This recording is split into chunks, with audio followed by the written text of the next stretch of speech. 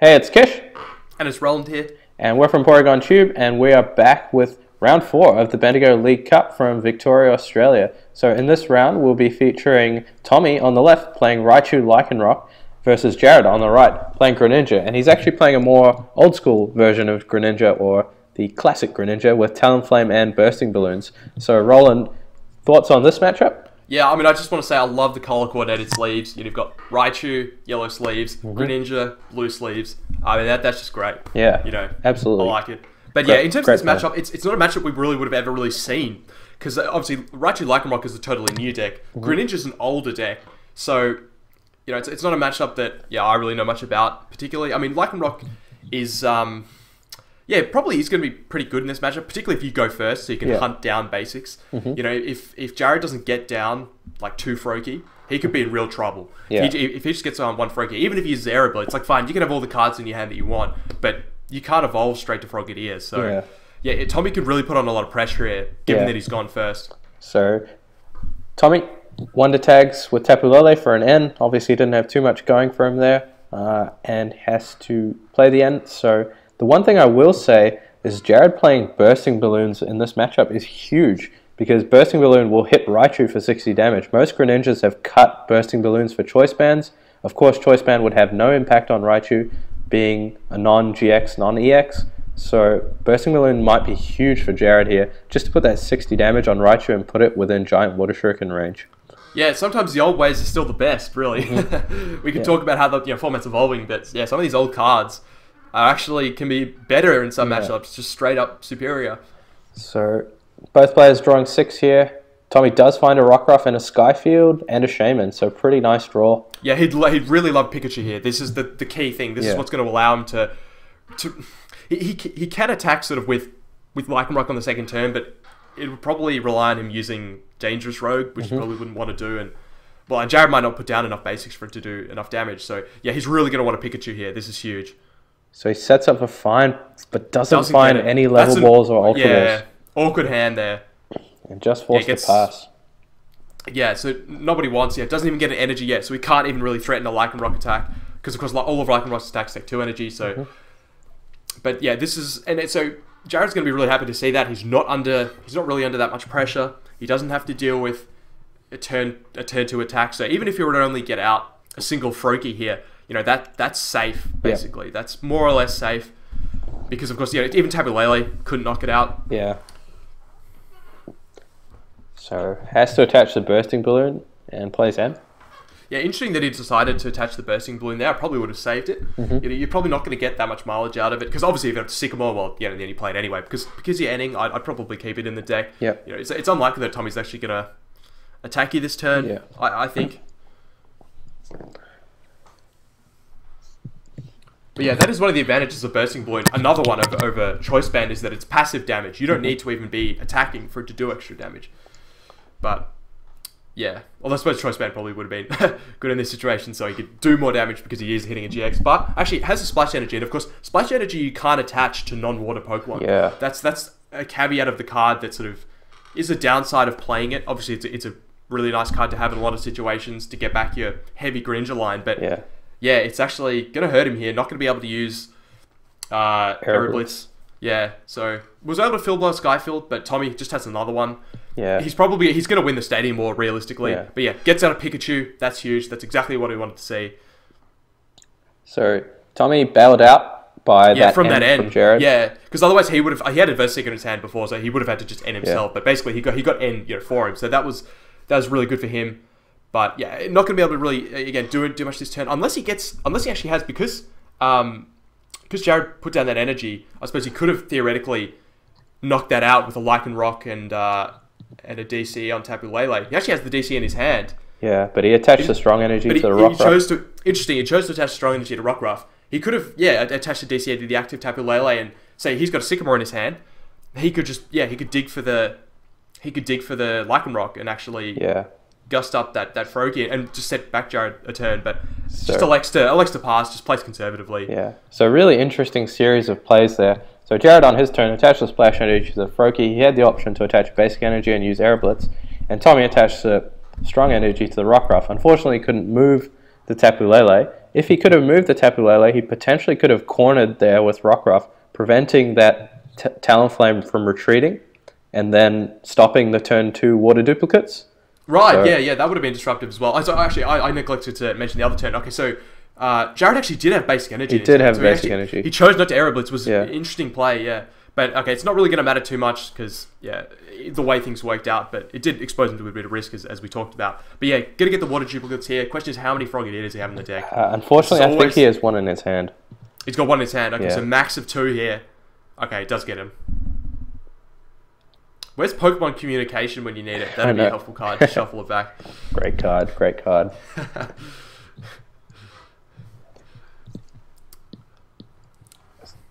Okay. So... yeah, so I think Tommy, he was holding onto his hand because he had the double Colossus. Yeah. So because he chose not to play a supporter last turn. So he's going to Sycamore here. He has to find a Floatstone and a Raichu in order to take the knockout here. So he finds a Floatstone and an Ultra Ball. And an Ultra Ball, yeah. So he has the knockout here. So I'm not too familiar with the Raichu Lycanroc lists and their counts of strong energy, but looks like Tommy's playing a really high count of strong energy. He discarded one, has one attached to Rockruff, and now discarded a second one. Yeah, and I suppose it fits in nicely with Special Charge, which they play, so you can play like 2 or even 3 Special Charge, you know, just have 4 DCE, and however many strong energy you want. Yeah, again, not sure how many he plays exactly, but yeah, I mean, because Lycanroc is such a good attacker, you know, you really want to make use of that. Strong energy gives you the extra damage, and having a special energy isn't too much of a liability, because yeah, you are playing that Special Charge. But yeah, so just looking to get Raichu here. So the really nice thing for Tommy is that he most likely will be going up 2 prizes once he knocks out this Frogadier. That Talonflame is also weak. Well, it's weak to lightning, and Tommy can easily one-hit KO it. But also, Jared's Greninjas can only do 80 damage maximum. Yeah. With Moonlight Slash. So so we see a Special Charge there. So yeah, just what I was talking about. So it gets 2 strong energy back in the deck. So he plays at least 3 strong energy. He probably plays 4. Yeah. So that Lycanroc probably going to come out at some point. You know, unfortunately for him, Greninja is a deck that actually does play a pretty slim bench. But even 3 bench with a strong energy, just 1 strong energy, does 170. So yeah, that's enough to knock out a Greninja break. Yeah, so just going to take the knockout here. And yeah, as you said, he's going to take 1 prize here, but he's probably going to take another one before Jared gets in one. Because yeah, unless Jared gets something like a Wally, which is, you know, a card that's always in consideration, but generally Greninja lists aren't playing it. But who knows? We may see the Wally to Greninja break to Giant Water Shuriken. But yeah, probably not. So Jared promotes the Talonflame. Now, he does have a Bursting Balloon in hand, so this is going to be a really interesting turn. Yeah, that is interesting, because with the Bursting Balloon, there's no real difference between like 40 or 80 damage, so he might just choose to Aero Blitz knowing that. So like he can Aero Blitz for 40, and then if Tommy hits into the Talonflame, he's going to take 60, and that's going to knock out Raichu. But I mean, of course, he has to be wary that Tommy has Lycanroc, so he's going to be able to get around Bursting Balloon like more easily than probably the average deck. But okay, so he's just going to power up Greninja here. Yeah, so there's a lot of potential lines that Jared could have played there. He could have attached the energy to the Talonflame and then the Bursting Balloon to the bench Greninja. So sort of hedging his bets. Yeah, that's something you can do, yeah.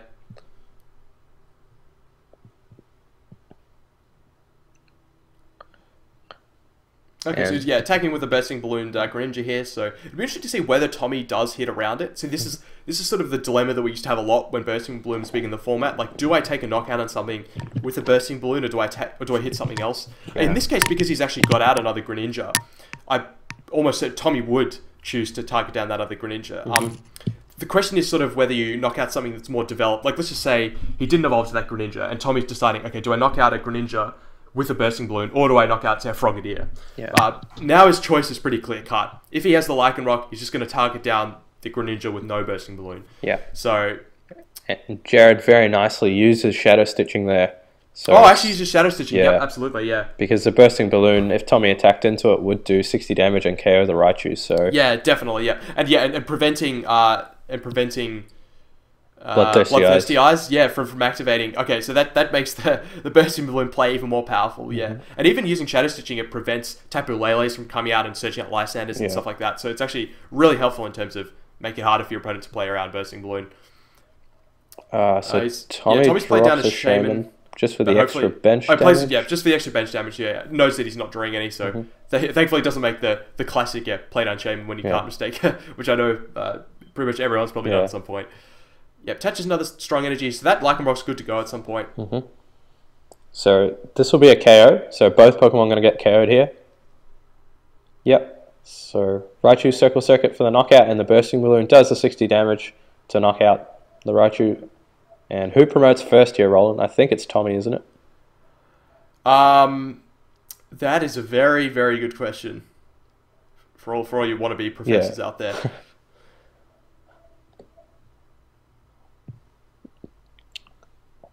Okay. Yeah, actually, well, it's not a trivial consideration, No. but because exactly. So the fact that Tommy set up Raichu actually means that he could be in danger here. So a giant Water Shuriken and even a Shadow Stitching would do it. To knock out Raichu. And then a Dangerous Rogue wouldn't actually get the knockout. Yeah, I was just thinking that. Yeah, so Dangerous Rogue, unless if Tommy gets a third Strong Energy, he can actually use the 110 damage attack. Claw Slash. Claw Slash. Yeah, so plus 60 damage from 3 Strongs. Yeah. He's got a Strong in his hand actually. Oh, does he? So yeah, he does. Wow. So maybe Tommy was actually thinking that, saying, "Okay, I'm going to bait you into knocking out my Raichu, but it actually doesn't matter. I'm just going to knock you out regardless." Oh, wow. So, but it doesn't even get energies. Yeah. Gee, that's unfortunate for Jared. There, Tommy probably breathing a sigh of relief. Although he did have a response, but this is an even better situation for him here. He can probably just choose to. Well, he can choose. It depends if he has like a Lysander in his hand. That'd be big, but doesn't look like he does. no, it doesn't look like he does. So he's just probably going to be content with circle circuiting the active Talonflame for the knockout. Yep. And he's going to go up to just 3 prizes remaining. And Rescue Searcher's back a Pikachu. Yeah, Rescue Search is such a good card in these decks. You can use it as a sort of a pseudo Super Rod, but you can also use it just to get back a single Pokemon that you need. So that's really helpful to have on his bench. Didn't need it for the damage, but good to have set up. And this is, really the moment of truth for Jared. He didn't have any energy last turn, but if he doesn't have any energy this turn, it's probably looking pretty unfortunate. He can Rescue Stretcher back a Greninja, I think, or a Froakie if he wants. But he doesn't look to have a supporter. It doesn't look like he has a supporter, so he's just in survival mode at the moment. Yeah, no, he is. The only saving grace potentially is that Raichu actually can't knock out a Greninja Break unless Tommy has something like Kukui. But here comes the third Strong Energy, I think, from Tommy. Yeah, exactly. So, but of course, as mentioned before, Lycanroc can do the job. So, 3 Strong Energy on a Lycanroc, not something that you see every day, but it is something that you can do. Oh, so he actually just attached with Raichu for 160, so it's going to be painfully 10 damage short. Yeah, interesting decision there. Yeah, I would have liked to see attacking with Lycanroc GX, just try and finish off the game as quickly as possible. Yeah. You're not really setting yourself up. You're not really walking into any plays particularly. No. And yeah, so we see draws the water energy, so he's going to play that and try and get something off the prizes. I like that decision there from Jared, but unfortunately only gets a Froakie, but that could have been big for him. He could have potentially retreated into the Froakie. It's a tough decision. So there we see the third Strong Energy come down now. And another Circle Circuit. That'll be the knockout. Yeah. So Tommy down to just 2 prizes, and he's basically got them on board here. His board's very, very well developed. Yeah. Yeah, Jared needs to draw something now to knock out this Raichu. Yeah, and he just has to doesn't pass. look like he has it. Yeah. That's really unfortunate for him. So at this point, Jared's only hope might be trying to stall that Oranguru active and just giant Water Shuriken around for a few turns. But doesn't look like he got anything, so he's just going to concede. And we'll go on to game 2. So a pretty rough start there for Jared, but that can happen with Greninja. You're playing a lot of sort of setup cards, evolution lines, so you can find yourself in tough spots without supporters and things. And Tommy showing off the power of Lycanroc Raichu there. Just a really versatile deck in terms of attackers. I really like it. Yeah, and it's usually we've seen more strong energy heavy build. So yeah, absolutely has Lycanroc as a backup attacker.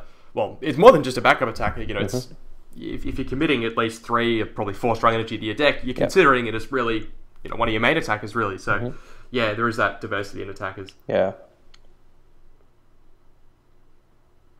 So we'll see both players shuffle up here. I think the bursting balloon was really, really massive there in terms of showing what potential lines Jared could take. That shadow stitching with bursting balloon is really powerful against Lycanroc Raichu because it does rely on abilities like Shaman, like Wonder Tag with Tapu Lele, and Bloodthirsty Eyes with Lycanroc. So that's going to be big in this matchup, the bursting balloon. So we'll see if Jared can get off to a better start this time.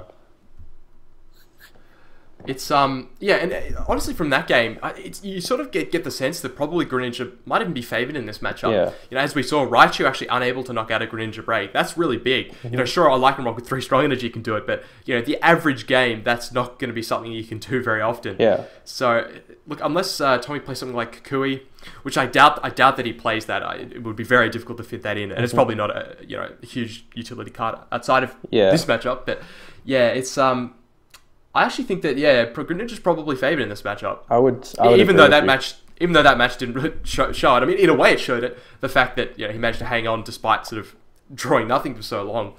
Yeah, so it's going to be interesting to see how these games play out.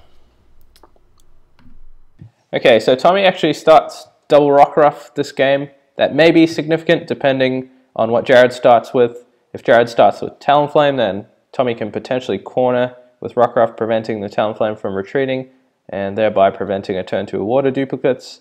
That's a potential play, but of course that's assuming that Jared starts with Talonflame. He could easily start with Froakie, and Jared mulliganing a couple times here. So yeah, the Greninja deck doesn't play too many basics, so you've got probably 4 Talonflame and probably 4 Froakie. I mean, I suppose that's 8, but some lists actually only play like 3 Froakie or even 3 Talonflame I think I've seen, but yeah, so the deck's going to be mulliganing a decent amount. Yeah, I've actually seen some Greninja decks actually start playing Espeon EX as well. I don't think Jared's playing that, but just for the devolution, because stage 2s have become somewhat viable now. But yeah, that's interesting. That's ahead of my yeah. Yeah, that's a very spicy tech. Okay, so Jared does start with Froakie, so the corner is never really going to come into play here. And Tommy takes his 2 mulligans, and hopefully Jared can get off a better setup this game, draw some supporters. And he will be starting, which is always nice for the Greninja deck to go first. And he top decks a Talonflame as the next card. Yeah, just to rub salt on the wounds. Although, I mean, if you're starting first, you actually don't really... Starting Talonflame isn't really that good, because ideally you want to be using water duplicates on the second turn, as we've alluded to. Yep, plays Rough Seas, which is interesting. Yeah. Like, he probably has a Sycamore, so it's a no-brainer, but... Yeah, so he commits the energy to the Froakie. Yeah. And actually, interesting that he didn't attach Bursting Balloon. There's no reason not to. So I'm surprised that he didn't do that. Yeah. Just Sycamores it away. It's probably not going to be too relevant. Not sure that Tommy could actually... Well, actually, with the Tapu Lele and a double colorless, this Froakie could go down. So, well, one, it was a risk attaching a water to it, and 2, he would have really liked the Bursting Balloon. And now he's got no basics aside from that. So, okay. But yeah, okay. Fortunately for him, Tommy attaches a strong to the Rockruff, so knows that Froakie is safe for this turn. Yeah. So, yeah, Tommy could have gambled and actually just play the end without attaching, and if he got Tapu Lele, double colors, Floatstone, that actually would be the game and the series. So, but I think Tommy's saying that's pretty unlikely. I'd rather just guarantee an energy attachment this turn.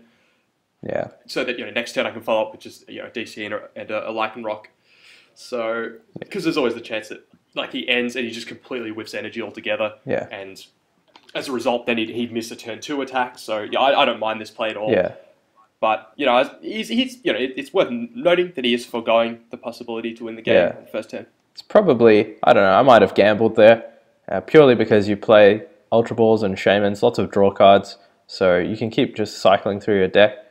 But Tommy actually draws a lot of energy. Speaking of energy, no shortage 4 there energy for him. is drawn off that end. 4 energy of Field Blower and a Lysander. Those are probably almost the worst 6 cards you could actually when you have 2 Rockruff in play. A good hand. Yeah, that's pretty bad. Yeah. If you start Tapu Lele, that's not a terrible hand because you can just keep powering them up. But when you have 2 Rockruff, that's not going to be doing a lot. Yeah, that is true. That is true. But it's going to take more than Tapu Lele to get him over the line here because we see a Wally here. that nice Generations Wally. It's looking pretty cool. Yeah. And yeah, so Greninja doesn't want to overextend on a second turn because it can't do anything anyway. You don't want to draw into Frogadiers. Like, let's just say, for instance, you had a Sycamore, and he chose to Sycamore, and one, he could just totally whiff Frogadiers altogether. Yeah. But two, he could also draw into 2 Frogadiers, and that would mean that he'd actually be losing one from Water Duplicates. So, yeah, that's why Greninja decks don't do very much on the first and second turn, particularly on the second turn when they want to Water Duplicates. So, yeah, and that pays off for him here, just getting a guaranteed 3 Frogadiers. That's really, really good. For him, what does Tommy draw? He draws the Sycamore, actually. He draws a Shaman. Another extremely expensive card. The full-out Sycamore would have been expensive, but yeah. So he's going to be drawing just a few cards here because his hand is so clogged, but it's going to be better than having nothing. And yeah, there's always that dilemma when you have like a non-draw supporter. So a non-draw supporter and a Shaman. Do you play like the Lysander before the Shaman? Because it means you draw more cards, but it means that if you do draw a supporter off of the Shaman, you can't play it. So Tommy's elected to play it here. Lysandering out a Frogadier, but it doesn't look like he got anything off it. Didn't get a Lycanroc, didn't get Ultra Ball, even a Pikachu. Yeah, obviously an Ultra Ball would get it. Even like a Pikachu to set up, for a following turn. He's not in a particularly good spot here, so he's just decided to attack with Wild Kick. I'm going to say the trivia points for knowing that. But yeah, and the damage is relevant because of course Raichu can't knock out a Greninja Break in one hit, so just damaging the Frogadiers is actually, when that Frogadier eventually evolves to a Greninja and Greninja Break, that damage could be relevant. Yeah, the only other thing he could have done is maybe corner and no, but then even an evolution and exactly. So so it would only help in like a specific situation, albeit the specific situation that might have actually just occurred there, where but you can't know that. It's probably a better percentage play just to get the damage on, which he did. So so you see a Greninja here, and that's all it's going to take to knock out this Rockruff. And I believe a Versus Seeker for Wally was used. I think that's what was played. So again, just sort of playing conservatively, saying I just need one evolution here. I'm not going to risk it by trying to draw a bunch of cards and missing. All I need here is just a knockout, and I'm already in a good spot. And I can get a Greninja Break for next turn. So. Yeah, interesting that he decides to put the energy back into his hand. I don't like that because now if Froakie were to get gusted up, he actually wouldn't be able to attack. Because there's no way he'd be able to attack because Greninja plays no switching cards. He couldn't attack, unless he evolved and Wally the... he couldn't because he's had all his Frogadiers down. Yeah, that Froakie is actually just something that can be trapped active. So, yeah, I don't like putting the energy back into the hand. Of course, Rockruff only has 60 HP, so wouldn't have needed to do the extra damage with Moonlight Slash. So, yeah, but not going to come back to bite him here, it looks like. So Tommy finally getting some basics down. So it's the sort of deck that plays Bridget, obviously, because you need a lot of basics. But, yeah, so getting Oranguru and 2 Pikachus, just going to Sky Return. Again, that damage is relevant, unless you see a Rough Seas come down. If that damage stays there, again, it's going to allow Raichu to knock out Greninja Break. But what does Tommy send up here? So he's sort of stuck between a rock and a hard place. If he sends up something, if he sends up either the Rockruff or the Pikachus, they can get knocked down in one hit.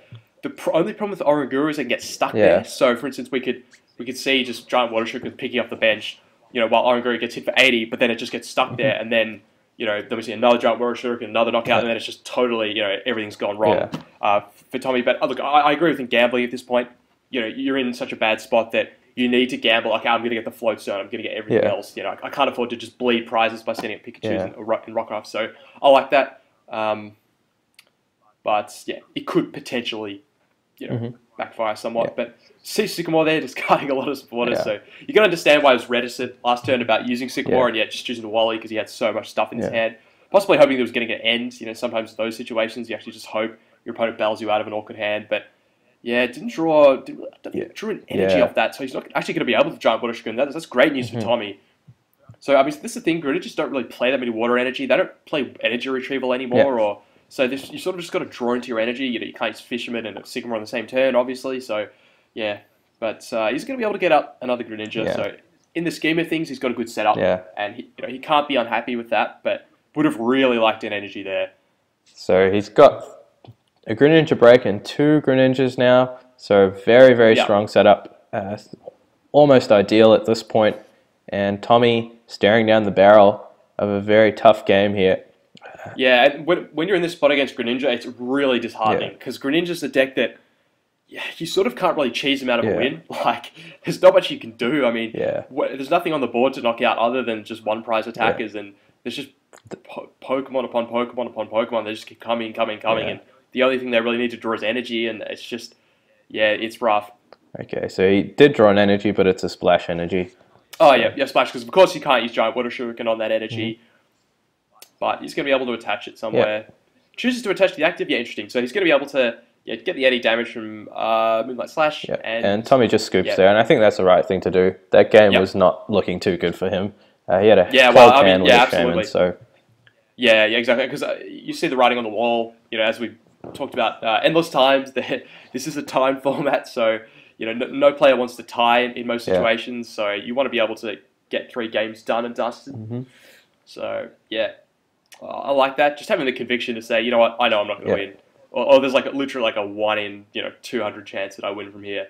So I'm not going to bother. It's not worth my time. So, Tommy, unfortunately, just bricking out there altogether. So we'll see if we can get a better game in Game 3, because this is a very interesting matchup. And Jared will just be looking for the same setup going into Game 3. Greninja always does the same thing every game. Once you set up sort of 2 Greninja breaks, that's a pretty formidable position, and you can Giant Water Shuriken on a lot of damage. Tommy will just be looking to try and rush, essentially, and hope that Jared misses a few Giant Water Shurikens. And we'll see what both players can do going into this last game. Yeah, and so we see, in contrast to the first game, we see how scary Greninja is when it sets Yeah. up. So that's what Tommy's going to be afraid about. That's why this matchup, that's why Greninja is such a scary deck. So, yeah. Yeah. What do you think about Greninja in this current metagame? It's interesting. So obviously it lost a lot of popularity when Decidueye Plume became really big, but now we're seeing Decidueye kind of drop off a bit. The deck sort of changed a bit. Not that Decidueye still doesn't slaughter Greninja, but it sort of dropped off a bit in popularity. I think Greninja, it's got a spot. I think the question is how well does it handle Garbodor. I think that's really, and not so much Garbotoxin, but actually just Trashalange. I think that's probably decks that can get an early lead and then can trade with you well with Trashalange and. And Garbotoxin's still good because if you just time putting down a tool and end, and maybe Greninja doesn't get the field blower, and then their damage output's restricted. So I think it kind of hinges on its Garbodor matchup, because it's got other good matchups really, and we're seeing it here. Against decks with sort of lower HPs, and I think it's just an intrinsically strong deck. So obviously it's going to be good when it's not paired up against something that's literally weak to in the case of Decidueye. So I like it. I think it's an interesting deck. I think it's interesting how you build the list. You mentioned things like Espeon EX. I wouldn't have even thought to play that. There's a lot of interesting cards you can play, but yeah, it always does have that problem of being inconsistent. Yeah. That's always been an issue for the deck. Even when the deck was arguably, I felt at the start of the season, well, I think there's been certain points maybe where Greninja's just been like a really strong deck, and possibly even last season as well. But what's kept it down is just being inconsistent. Yeah. So you could have a bunch of theoretically amazing matchups, but it doesn't matter if you don't set up. Yeah, exactly. For a certain number of your games, and also the deck's slow, so it actually doesn't benefit from tournament play because you often can't finish 3 games, and you'll tie in a lot of cases where if the game had finished, you actually would have won. So even if the deck, in sort of a best of 1 just sort of format would be good, sometimes in a best of 3 it doesn't quite work out with time and everything. But so we see Talonflame start here. That's ideal, and Tommy's going to be going first. So he's going to be able to put on the pressure here, and we'll see what he gets. He hasn't really been able to. Well, last game he obviously wasn't able to get sort of that aggressive Lycanroc, but we could see that here. If he gets a Rockruff down, he could really threaten a knockout on a Froakie on the following turn. So I'm not too sure what else was in Tommy's hand there. I saw a Sycamore, but I didn't see anything else. So obviously valuing the resources that he had there. So just going to end. And hopefully, hopefully finds a Skyfield as well. Would be nice for him. That's sort of a classic decision. Sycamore or N. Often on the first turn, you want to N. I think generally that's what happens with these sort of decks. They can't play everything down from their hand. They've got evolutions. They've got DCE special charges, all this kind of stuff, and they can't afford to do that. But so it looks like Tommy just drew an extra card off the end, but he kept the order of his hand, so. Not going to be too relevant, just correctly shows his opponent that extra card. And the extra powerful Enter 7. Yeah, but yeah, unfortunately, not quite within the rules. Yeah. But yep, easily reversible, so not an issue. he got a Lycanroc, but no Rockruff, unfortunately. So unless he top decks, well, yeah, I think that Froakie's pretty safe at this point. So Jared gets an energy onto the Talonflame. Would like another Froakie down, but not essential. Just going to Aero Blitz here. Yeah, exactly. Because it is very unlikely that Froakie gets knocked out. Tommy would need a pretty good hand to do it. Raichu double colorless Lysander would do the job. Oh, and another Pokemon. And another basic. Yeah. Like, it's pretty unlikely. Yeah. I mean, Shaman is possible, I guess. But yeah, pretty low percentage. Yes, low percentage indeed. But and the 40 damage from Talonflame, that just comes in clutch. Yeah. Like, just the damage is so good. You know, 40 damage just means that you don't have to Giant Water Shuriken something, and it all adds up. Yeah. It all adds up, particularly against low HP Pokemon. Yeah. It really adds up. And with Bursting Balloon and things, it becomes really big. So, would you prefer the Bursting Balloon version or the Choice Band version? Yeah, well, I think we sort of touched on this in the first round. I think it's sort of look, it depends on your matchups really. Yeah. It's pretty much that simple, and how many field balls people are playing as well. You know, in a matchup like this, of course you want Bursting Balloon because Choice Band is next to useless. The question becomes, which is better against a GX or EX focused deck? That's where the question really comes. And you'd have to feel it would be Choice Band just because you can guarantee the probably would, yeah.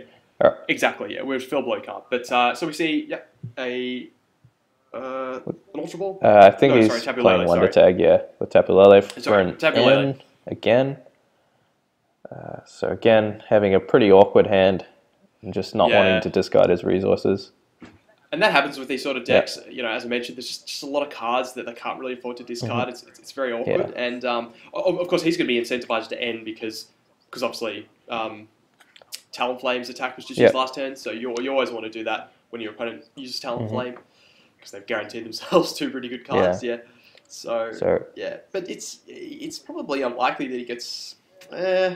Basic and a double colorless here. Yeah, basic and a double colorless. It's not actually that's fine, especially when you get Ultra Ball for Shaman. Yeah, he's actually got a probably decent odds of getting this. Yeah. And if he did, that'd be really nice for him. Just putting on the pressure. Because if he doesn't, it does look like he's going to be facing a big Greninja setup. Yeah. So he gets the basic and the Oranguru, but no double colorless and no way to draw extra cards. So no, can't even play that strong energy. So yeah, unfortunately. Really unfortunate. So he's just going to be forced to pass or retreat into something. And so he retreats into the Tapu Lele. Yeah, I don't know how much I like that because I think, one, the problem is the flow state can get field blowed and then that Tapu Lele is going to get stuck there and that's really not what you want active. Secondly, I think the damage on Tapu Lele might actually, funnily enough, be more relevant than the damage on Raichu. Yep. I don't think there's any practical difference between having 40 or 80 damage on a Raichu because there's nothing that does 10 damage but can't do 50 damage, if that makes sense. Aside from another Talonflame attack, which probably wouldn't happen because you knock it out. But because of course Bursting Balloon does 60, so it would knock it out even with the 40. Moonlight Slash, Giant Water Shuriken, all of those would knock out Raichu regardless. So I would have liked him just to stick the Raichu active there. Yeah. And but look, it's probably not going to be a huge deal, but I would have liked to see that. Yeah. And I've seen N here. So it's going to bail Tommy out somewhat because his hand wasn't very good. So Jared needs an energy, no guarantee that he'll get it. And Greninja plays low counts of energy, but if he finds an energy, then he'll be off to a really strong start. Turn 2 water duplicates is always the dream, really. It is. No, it absolutely is. So yeah, just an energy, and his dreams can be fulfilled, and he's going to be in a very good spot. So the question is, how many Frogadiers can he get, in terms of prizes and drawing them off this end? But he's got the energy, and it doesn't look like he's drawing a Frogadier, so he might be able to get the full complement here. Okay, so Jared just debating his options, but we're going to see a water duplicates come down. And let's see how many Frogadiers he can get out here.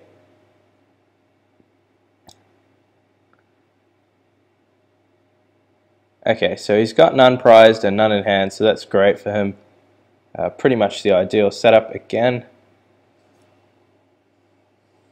Yeah, really good look for him. He's going to be in a really good spot this game, assuming he's got something decent in his hand. But yeah, Tommy not able to put pressure on that second turn, and that might sort of come back to bite him a bit. Even just having the Talonflame there to attack with mid-game if he ever ran out of stuff. Just having Yeah. that is also not a bad thing, really. It's sort of a Absolutely. bit of a stabilizer. So, okay, Tommy finally getting the double colours. So Yeah. we're going to see something this turn. We're going to see a knockout of some description. Hmm. Question is, what does he have to back it up? Does he have... No, he doesn't really have anything. He had a Kukui in his hand, but I suppose decided not to play it, wanted to save it. Yeah. Unless I'm seeing wrong, but I think I saw a Kukui in his hand. Yeah, I'm not too sure what's in his hand at the moment. All I saw was a strong energy, but Jared, for his part, gets down 2 Greninjas. So this is really strong here. I think just even air blitzing this turn and then possibly guaranteeing 2 Greninja breaks next turn will be huge for him. Yeah, that'd be really strong, especially since Tommy doesn't really have he could Lysander, but then he'd need a bunch of bench Pokemon. So basically, yeah, those Greninjas are safe, and I suppose that Frogadier as well is safe. So really, he can just Air Blitz, he can get 2 Greninja breaks, and in the following turn he can set up 1 Evolve, Giant Water Shuriken, even retreat to another one, Giant Water Shuriken again. Once if Greninja can double Giant Water Shuriken, it's an extremely, extremely scary deck. Yeah. Particularly because Tommy's got that damaged Raichu already, and one of the Raichus is going to take 40 from Aero Blitz. Yeah. Yeah, that's just that is a scary idea. Okay. Yeah, so we do see, there is a Kukui in Tommy's hand, so yeah, interesting that he did play it. Yeah. Could have played it just to draw some cards. Yeah. But, even if the damage wasn't relevant. Yeah, so we're going to see Aero Blitz, so what are we going to grab here? Presumably. I think I saw a couple of Greninja breaks, or at least 1 Greninja break in Jared's hand. So if he did, then he's not going to be short of energy on the next turn because presumably he'd just search out another break and then some energy. Yeah, exactly. Shuriken, and he's got presumably a supporter for next turn. So it's probably pretty likely that he gets off the double Giant Water Shuriken, which is a scary, scary prospect. So Tommy did draw an Ultra Ball here. So he's got a Tapu Lele as well, so he's got access to supporters. The question is, what does he go for here? Ideally, he would like to take out one of those Greninjas to stop that double Giant Water Shuriken play, because that would be quite devastating for his board. He's got 2 damage Raichus. Okay. Yeah, absolutely. He'd also like Skyfield here as well, but grabbing the Lysander. So he's doing 100 damage at the moment with Circle Circuit, so he'll need another 2 bench Pokemon. And he doesn't look too happy. No, I don't think so. So interesting that he decided to hit the Greninja. I mean, it's defensible absolutely, but could have either knocked out the Frogadier and sort of taken a cheaper prize when it's available, or he could have just knocked out the Talonflame, for instance. He could have just grabbed a support, like a draw supporter with Tapu Lele, and tried to set up a bit further. But I mean, it's tough. I think we're seeing here is a tough matchup, and Tommy could really get blown out of the water right here. All of his Pikachus and Raijus could get knocked out this turn. In one go. I mean, that's just a frightening idea, but that could happen right this turn. It wouldn't even be that hard. We see 2 Greninja breaks down, a Giant Water Shuriken on the bench Raichu, then one on the Pikachu, and then knock up it. Interesting, his Giant Water Shuriken the active, I really don't like that, because this means that Tommy gets to choose what he sends up, and Tommy chooses what's going to get hit by Moonlight Slash or even Shadow Stitching, possibly, if he uses that, but so I don't really like that. I would have preferred to see him Giant Water Shuriken either the Pikachu or the Raichu, because then he could guarantee a knockout on the Raichu, but he's decided to do that, so... Okay, he's going for an N here. Yeah. Interesting. I'm not sure if he's got access to a Sycamore or not. He had a Talonflame in hand, a Bursting Balloon, which is probably not going to be too relevant at this point in the game. Choosing possibly to preserve his resource. Well, no, I think it'll be huge if he doesn't get rid of... If Tommy attacks with Raichu next turn, but Tommy's forced to attack into a Bursting Balloon, I mean, that's huge. I mean, maybe the Bursting Balloon just seals the game. So it could be big, but... He's sort of gambling that he's actually going to be able to attack with that Greninja, because and he's going to need energy to attack with that one, but he's also, if he wants a Giant Water Shuriken again, he's also going to need another energy, so he might have to choose between Giant Water Shuriken and attacking. Like, does he want to do anti-damage with the active or just knock out a Raichu? He'd probably choose to just knock out Raichu. That's what he goes for, I think. Or Pikachu, potentially. Pikachu, actually, you can argue for hitting Pikachu, because the Raichu's already got the damage on it, whereas this Pikachu can evolve to Raichu. Then it'll be a full health Raichu. So, but, wanting to get Raichu out of play, so Tommy's going to need to search for one, which isn't going to be necessarily the easiest thing. But yeah, not going to actually be able to attack, I don't think, this turn, unless you got a water energy off the prizes, which may have. It's possible, but I don't think he did. Doesn't look like it, but... Yeah, but he's even found himself a third Greninja, so he's not going to be short of Greninjas this game. No, he's not. So not the perfect turn for him, but still a good turn, absolutely. Yeah. And now what does Tommy do? He's got to find a lot, really, to get a prize on this Greninja. Even with a max bench, he needs some damage modifier, like a Kukui or something. Yeah, and that's what makes this matchup just so bad. Like, because you just can't knock out these Greninja breaks. You can't knock out a one prize attacker that's just running train on you. Like, it's not.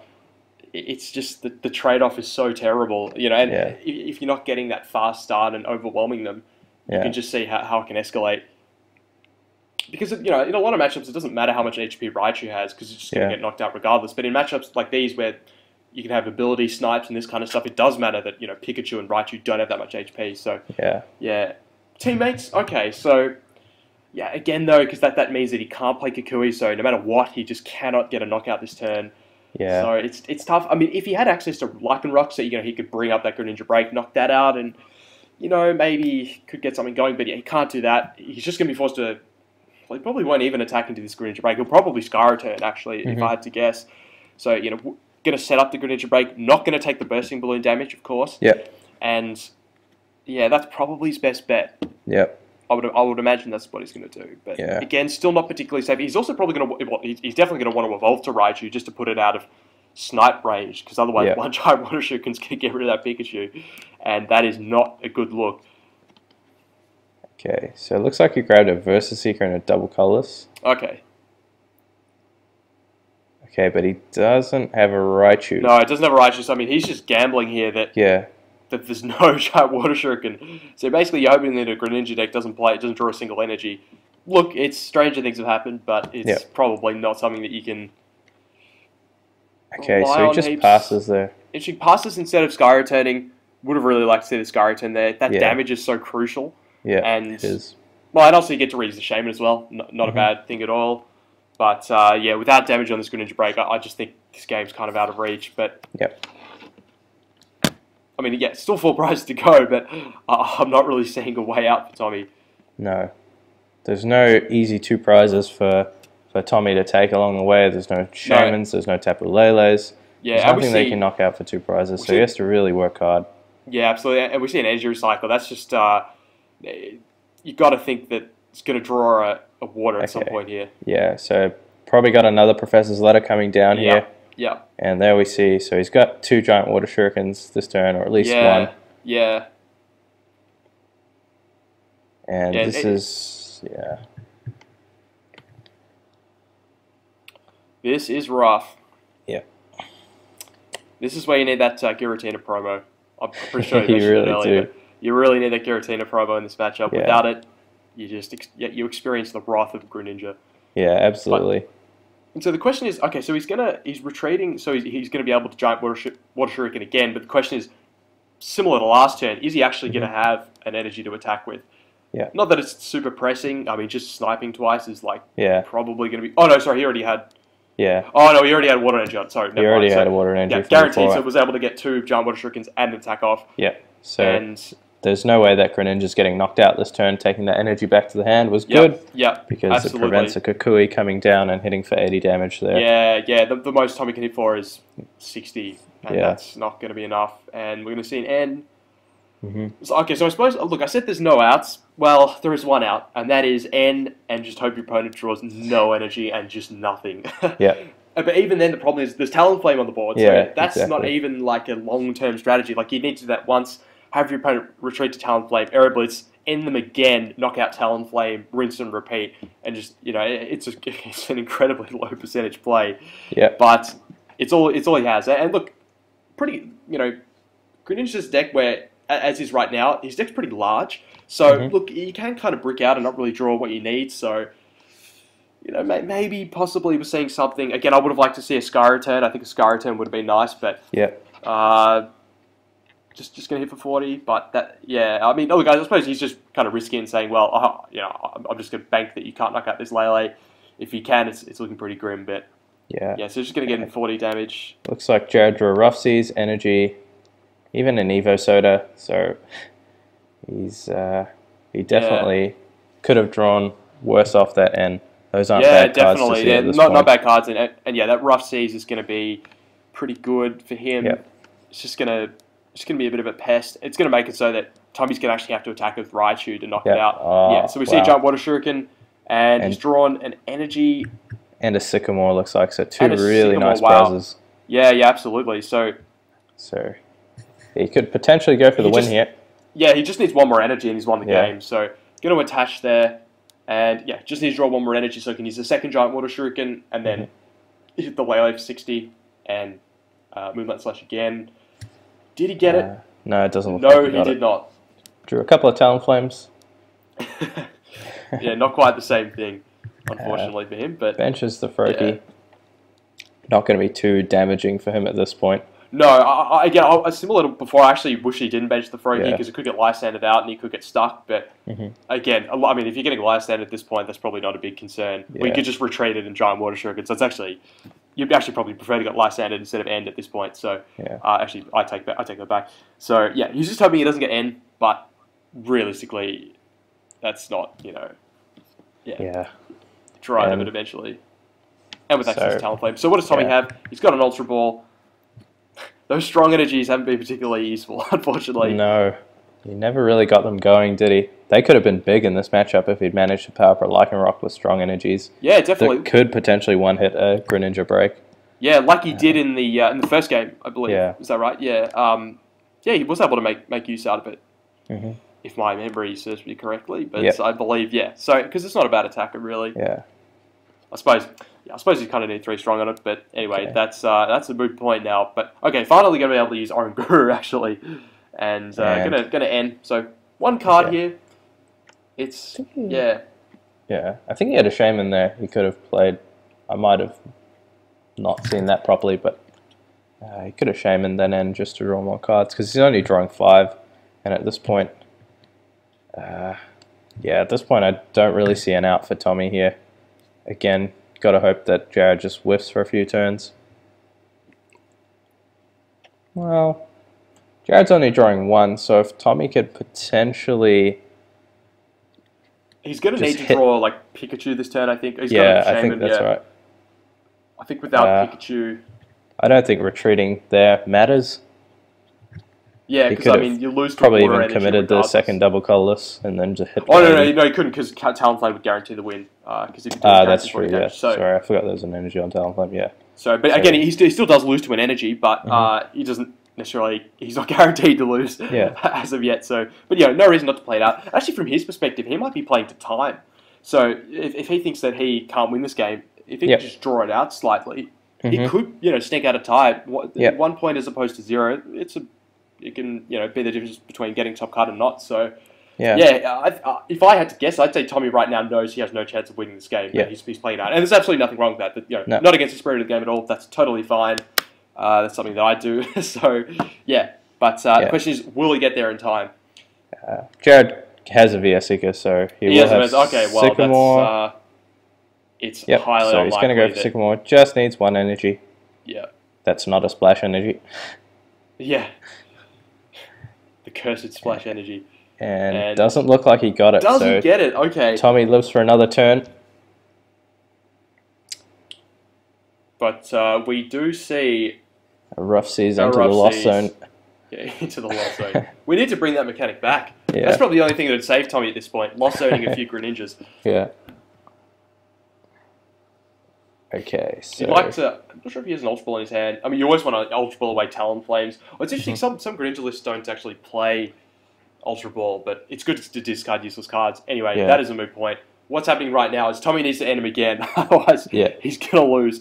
And he's played a lot of ends and Versus Seekers for ends, so it's actually not a given that he has it. But but also here's the problem. Okay, so let's just say he does do that. Well, he can't actually knock out this Talonflame, so...